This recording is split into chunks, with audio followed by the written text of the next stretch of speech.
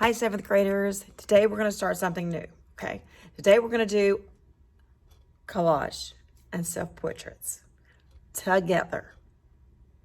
I know it sounds crazy, but it's going to work. And it's going to be fun, and it's going to be extremely messy. So I'm sure you're just going to love all the messiness. So our learning target is I can create a self-portrait using the art of collage. Our success criteria is I can show myself as art. I can identify a collage. I can identify a self-portrait. Right? So we're going to start off by looking at some self-portraits by different artists. Now, artists have used themselves as subject matter for hundreds of years. People draw at other people, but why not draw yourself? And there's been some amazing self-portraits painted by artists from Leonardo da Vinci to Vincent van Gogh, which we just finished a whole segment on him, and you saw one of his self-portraits, to Frida Kahlo, to the Baldon, to all kinds of people. Okay. I believe we even saw some self-portraits done by Pablo Picasso when we studied him. So now we're going to do something a little bit different. I am an artist myself. I work in collage. And collage just means to paste down papers. And it was kind of like one of those things, and people just didn't think much of it until Pablo Picasso started messing around with the idea of collage and doing his collages, which he called synthetic cubism. That was a really fancy name for just pasting down some papers and some wallpapers and saying, this is so cool. And then once Pablo started doing it, everybody thought, oh, this is amazing. I love it. This thing of collage. Let's try it. And then all of a sudden, collage became pretty cool. And it's just pasting down different pieces of paper. Now, myself as an artist, I've done different ones. Now, this you might have seen hanging up in the classroom. And this is a portrait that I did of my niece when she was little. She's all grown up now. But I still have this image of her, and I love it. She has this determined look on her face.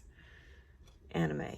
It's always very determined. So I tried to capture that in this. And it's all done with pieces of paper that I've painted and glued together. And you can see all the little bits of paper from books and things in there. Okay? Now, I'm not going to have you just go tearing up papers and stuff and then we start painting, because we really don't have time for all that. But the next best thing is magazines. Magazines are full of color. So we're going to be ripping up some magazines looking just for color. Now, I'll show you some student examples. Now, sometimes people like to do portraits and not use any words or images, just strictly find color to make their portraits.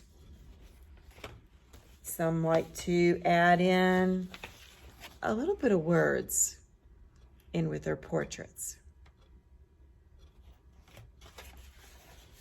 And some like adding a lot of words. I love how they use all the words in the background to create a really nice contrast in this one.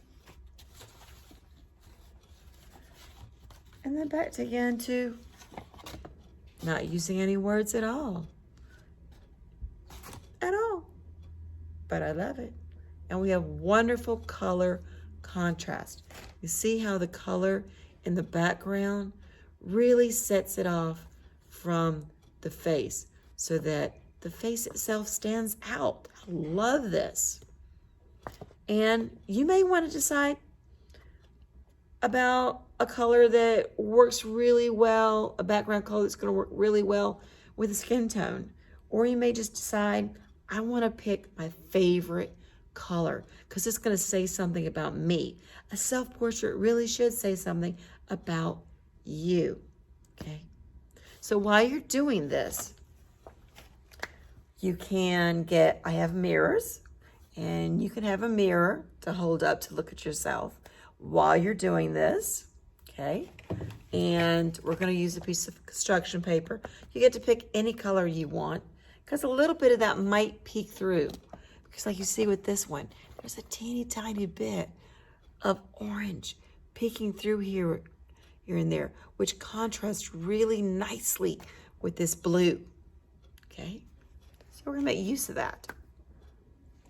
So you can use a mirror to look at yourself, or you can take your phone, hold it up, take a really cool selfie, okay? And look at that. That's fine too, all right? Or maybe you have a really cool picture of yourself that you already did a while back on your phone and you wanna pull that picture up. That will work too, all right? So we're gonna have fun. We're gonna use glue to glue these down.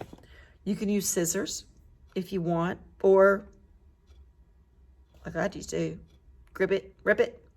rip off those pieces of paper and use that, all right? But we're gonna have a great fun. You need to stay focused because remember, our term ends on the 25th. So you don't have a lot of time to waste. We have to get this finished if we want to do one final project. Okay, so let's have a good day. See you later. Bye.